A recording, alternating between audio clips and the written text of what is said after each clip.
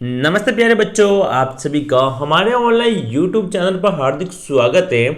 प्रिय विद्यार्थियों, आज हम बात करेंगे आपकी गणित विषय के अंतर्गत कार्यपत्र 47 की। तो सभी विद्यार्थी जल्दी से अपनी गणित की कार्य पुस्तिका को हाथ में ले लें। वो आज हमारा जो पेज नंबर है कार्य पुस्तिका वो है 82 सभी विद्यार्थी जल्दी से 82 पेज नंबर 82 पेज नंबर निकालें, जहां पर आया हुआ कार्यपत्र 47 हम हल करने वाले हैं। तो वीडियो को शुरू से लेकर अंत तक आप पूरा देखना, ताकि आपको सारे क्वेश्चन अच्छी तरह से समझ में आ जाए। और वार्षिक परीक्षा की दृष्टि से ये कार्यपत्र बहुत इंपॉर्टेंट है, और इस कार्यपत्र में से आपको 100% एक सवाल पूछा जाएगा।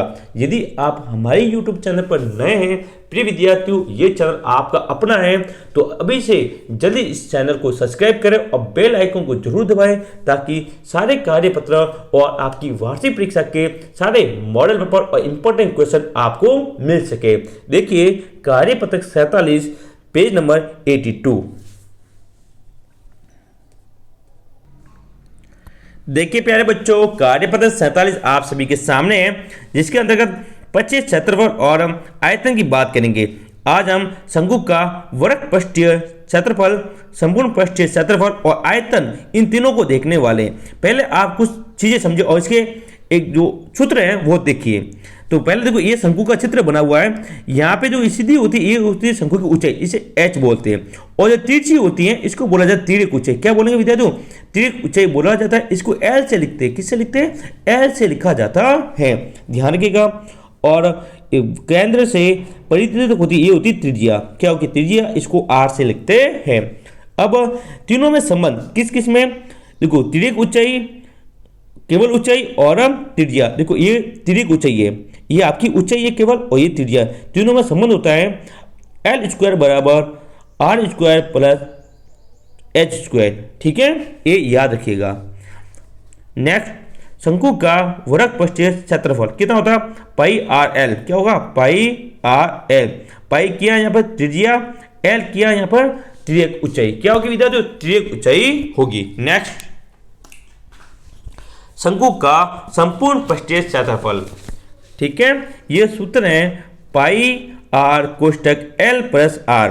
और शंकु का आयतन होता है 1/3 पाई आर स्क्वायर एच। एच यहाँ पे क्या है? ऊंचाई, ये वाली। ठीक है, तो ये सूत्र आपको याद रखिएगा। ये कक्षा 10वीं में ऐसे कैसे वापस पूछे जाएंगे। तो पहला क्वेश्चन देखिए, पहला क्वेश्चन, यदि बेलन की त्रिज्या, यहाँ बेलन नहीं है, यहाँ पर शंकु करो सभी विद्यार्थी। यहाँ गलती से बेलन छपा है, यहाँ पर आपको शंकु ऊपर लिख दो। शंकु क्या लिखो आप? शंकु। शंकु की त्रिज्या 5 सेमी। देखो यहाँ पर शंकु की त्रिज्या 5 सेमी दी गई है। तो सीधी ऊंचाई, ये सीधी ऊंचाई क्या होती है? एच 12 सेमी दी गई है। तो इसकी तिर्यक ऊंचाई कितनी होगी? यानी आपको एल का मान निकालना है। तो देखो, शंकु की त्रिज्या 5 सेमी, ऊंचाई 12 सेमी, तिर्यक ऊंचाई। देखो सूत्र क्या था? एल स्क्वायर बराबर H square plus R square, ये था। अब जब स्क्वायर हटेगा, इस पर क्या आएगा? रूट। जब स्क्वायर हटेगा तो क्या आएगा? रूट। तो एल बराबर H square plus R square root में आएगा। क्या आएगा? रूट। तो मैंने यहाँ पर लिख दिया है तिर्यक ऊंचाई बराबर एल, तो root H square plus R square. H का मान कितना था? 12, तो 12 का स्क्वायर प्लस का प्लस, आर का मान 5, तो 5 का स्क्वायर। 12 का स्क्वायर विद्यार्थी, 12 का स्क्वायर होता है 144। कितना होगा? 144। और 5 का स्क्वायर होगा 25। कितना होगा? 25। 5 का वर्ग, दोनों को जोड़ा कितना हुआ? 169। और रूट यानी घन 169 किसका होता है? तो घनमूल कितना किसका है? 13 का। रूट 169 की उत्तर आएगी 13 सेमी, यानी तिर्यक ऊंचाई कितनी आएगी? 13 सेमी आएगी। ये 13 आएगी। ओके, इंपॉर्टेंट है। 2 नंबर में ये सवाल आपकी वार्षिक परीक्षा में पूछा जा सकता है। उतारे इसको भी। मैं हमेशा आपको सवाल लिखने के लिए 1 मिनट का समय देता हूं, तो आप निश्चित रहें, पहले सवाल को समझें, फिर उसके बाद ही उतारे। अब उतारे पहला क्वेश्चन।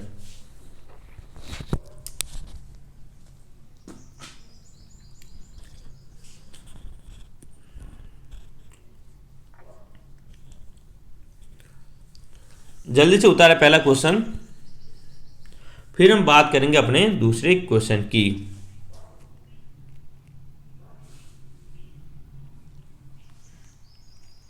हो गया? करो दूसरा क्वेश्चन में भी।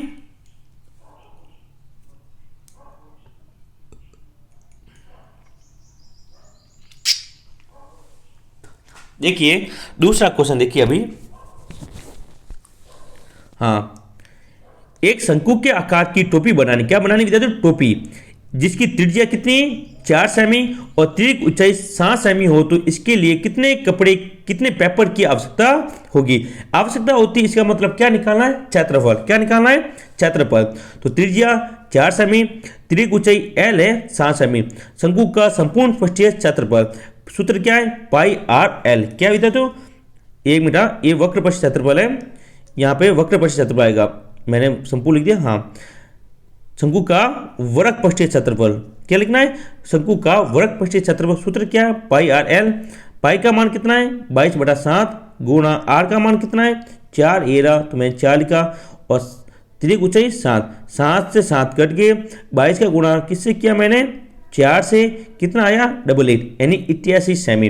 तो हमें कुल कितने पेपर की आवश्यकता होगी, 88 सेंटीमीटर पेपर की आवश्यकता होगी। यहाँ पे आप वक्र कर लेना बस। अब उतारो इसको जल्दी से। क्वेश्चन नंबर 2 आपके सामने है, अच्छी तरह से समझ में आया होगा। शंकु का वृत्त पृष्ठीय क्षेत्रफल ज्ञात करने का सूत्र दिया हुआ था, मैंने यहाँ पर आपको ज्ञात करके बता दिया। उतारे।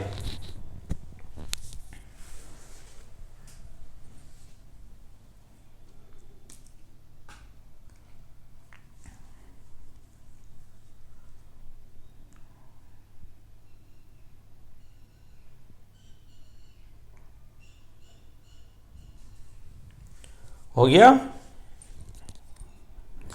अब बात करते हैं तीसरे क्वेश्चन की। तो सभी विद्यार्थी अपना पेज पलटे और पेज नंबर आए 83 पर लिख दिया ये। अब देखिए आगे क्वेश्चन, यहां पे वक्र पृष्ठीय क्षेत्रफल आएगा, सूत्र है पाई आर एल। देखिए तीसरा क्वेश्चन है, एक कंपनी, एक मिनट, हाँ, एक कंपनी शंकु आकार के आइसक्रीम कॉर्न बनाना चाहती है, जिसके ऊपर ढक्कन भी बना हो। इसकी त्रिज्या ऊंचाई 7 सेमी तथा त्रिज्या 2 सेमी है। ऐसे 1000 कॉर्न बनाने के लिए कितने कागज की आवश्यकता होगी। तो पहले जो दिया गया वो हमेशा लिखे, याद रखिएगा जब आप विधि वाइज सवाल करते हैं प्रिय विद्यार्थियों, तो पहले जो क्वेश्चन में दिया गया है वो आप लिखें, इससे आपको 1 नंबर तो लिखा हुआ है, दिया हुआ लिखे होने पर मिल जाएगा। ठीक है, तो शंकु की त्रिज्या दी गई थी, तो त्रिज्या लिखी मैंने 2 सेमी, शंकु की त्रिज्या ऊंचाई लिखी 7 सेमी। अब पूरा बनाना है तो हम निकालेंगे शंकु का संपूर्ण पृष्ठीय क्षेत्रफल। सूत्र है पाई आर कोष्टक एल प्लस आर। एक कोण बनाने के लिए कागज की मात्रा, संपूर्ण पृष्ठीय क्षेत्रफल निकालेंगे, माना कि एक कोण है, ठीक है ना, ये ऐसा कुछ कोण है, ठीक है। तो पहले एक कोण में कितना कागज की आवश्यकता होगी वो निकालेंगे, फिर जितने आएंगे उसको 1000 से क्या करेंगे, गुणा। तो देखिए सूत्र आपके सामने था, मान रखा पाई का कितना लिखा 22/7, आर का मान कितना था 2, तो गुणा 2, कोष्टक 7 यानी एल का मान 7 प्लस 2 का 2, फिर वापस 22/7 इंटू 2, 7 और 2 को जोड़ा कितना है 9। अब मैंने 2 इंटू 22 इंटू 2 9/7, इन ऊपर सबको गुणा किया और नीचे 7 का भाग दिया, भाग देने पर क्या उतरी 56.52, कितना ही विद्यार्थियों 56.52 वर्ग सेंटीमीटर, ठीक है ना, ये उत्तर आई। अब ये तो किसकी थी, एक कोण बनाने के लिए, हमें 1000 कोण बनाने, कितने 1000, तो 1000 कोण के लिए आवश्यक कागज 1000 इंटू 56.52 कितना आए 56,520 वर्ग सेंटीमीटर।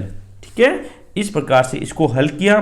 तो आप सभी विद्यार्थी क्वेश्चन नंबर 3 को अब उतारे अच्छी तरह से, 1 मिनट का समय है आपके पास।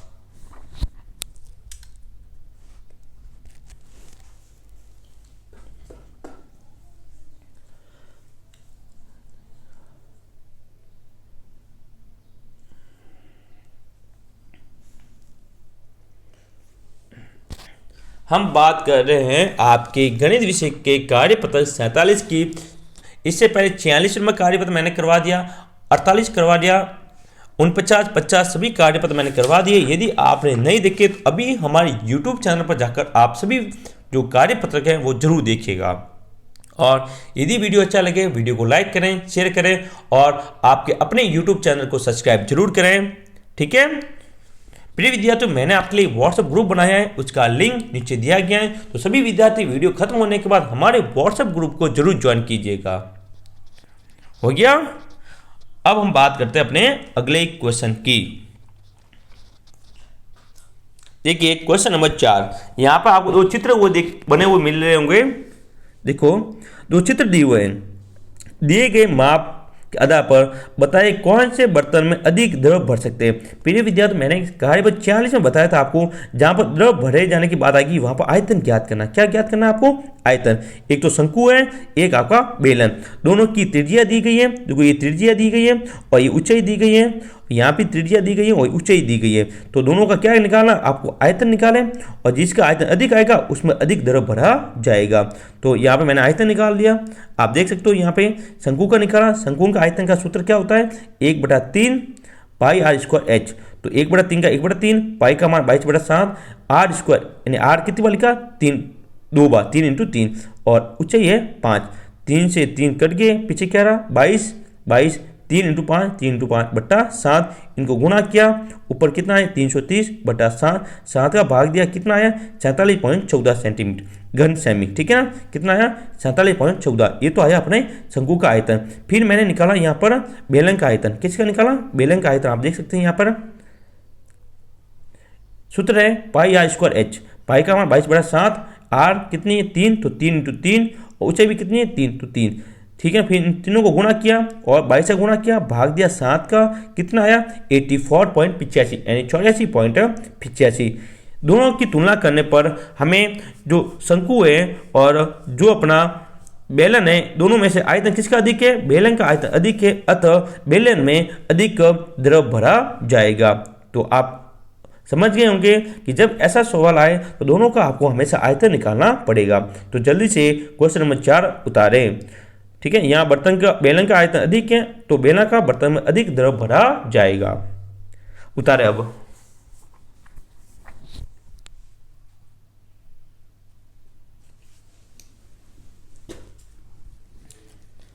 एक मिनट का टाइम है आपके पास, जल्दी इसको उतारें। फिर हम बात करेंगे अपने अंतिम क्वेश्चन नंबर 5 की।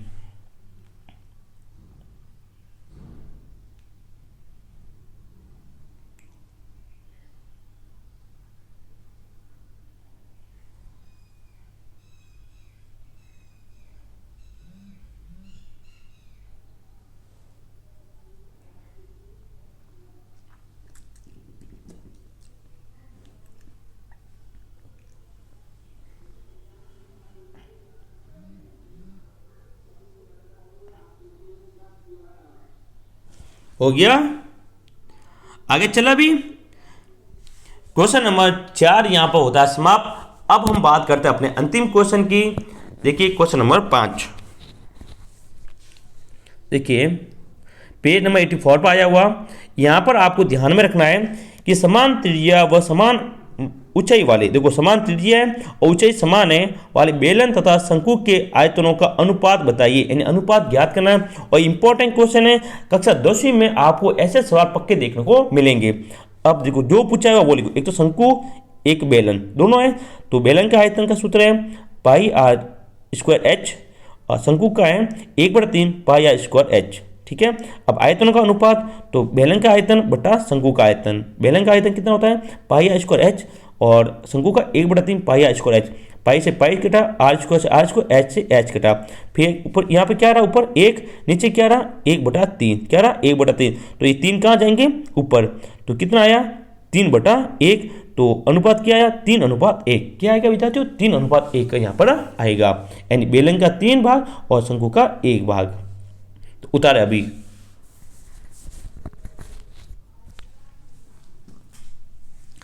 उम्मीद करता हूं कि आपको पूरा वीडियो, पूरी क्लास अच्छी तरह से समझ में आई होगी। प्रिय विद्यार्थियों, वीडियो अच्छा लगे वीडियो को लाइक करें, अपने जितने भी दोस्त आपके सबके साथ शेयर जरूर कीजिएगा। और यदि आपने अभी तक हमारे चैनल को सब्सक्राइब नहीं किया, प्रिय विद्यार्थियों ये चैनल आपका अपना है, तो जल्दी से चैनल को सब्सक्राइब करें ताकि हम और आप जुड़ सकें और हमेशा साथ रह सकें। कक्षा 9 के बाद हम कक्षा 10वीं में भी आपके साथ रहने वाले हैं और अच्छी तरह से आपके प्रत्येक इंपॉर्टेंट क्वेश्चन और मॉडल पेपर को हम हल करने वाले हैं। तो क्वेश्चन नंबर 5 को जल्दी उतारें।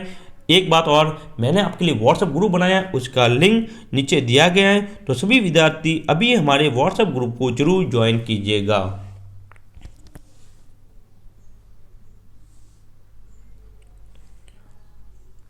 तो इसी क्वेश्चन नंबर 5 के साथ हमारा कार्यपत्र 47 यहाँ पर होता है समाप्त। उम्मीद होगी कि पांचों क्वेश्चन अच्छी तरह से आपने समझे होंगे। यदि किसी के बाकी रह गया है तो एक बार वापस वो देख लें। एक क्वेश्चन नंबर 4 था अपना, उसके बाद क्वेश्चन नंबर 3 आप वीडियो रोक कर इसको देख सकते हैं। मैंने आपको पहले लिखने के लिए टाइम भी दिया था। क्वेश्चन नंबर 2 और ये अपना है क्वेश्चन नंबर 1। पक्का एक सवाल आपकी वार्षिक परीक्षा में पूछा जाएगा। सभी क्वेश्चन इंपॉर्टेंट हैं तो ध्यान रखिएगा। तो मिलेंगे हम अपनी अगली क्लास में। तब तक के लिए जय हिंद, जय भारत।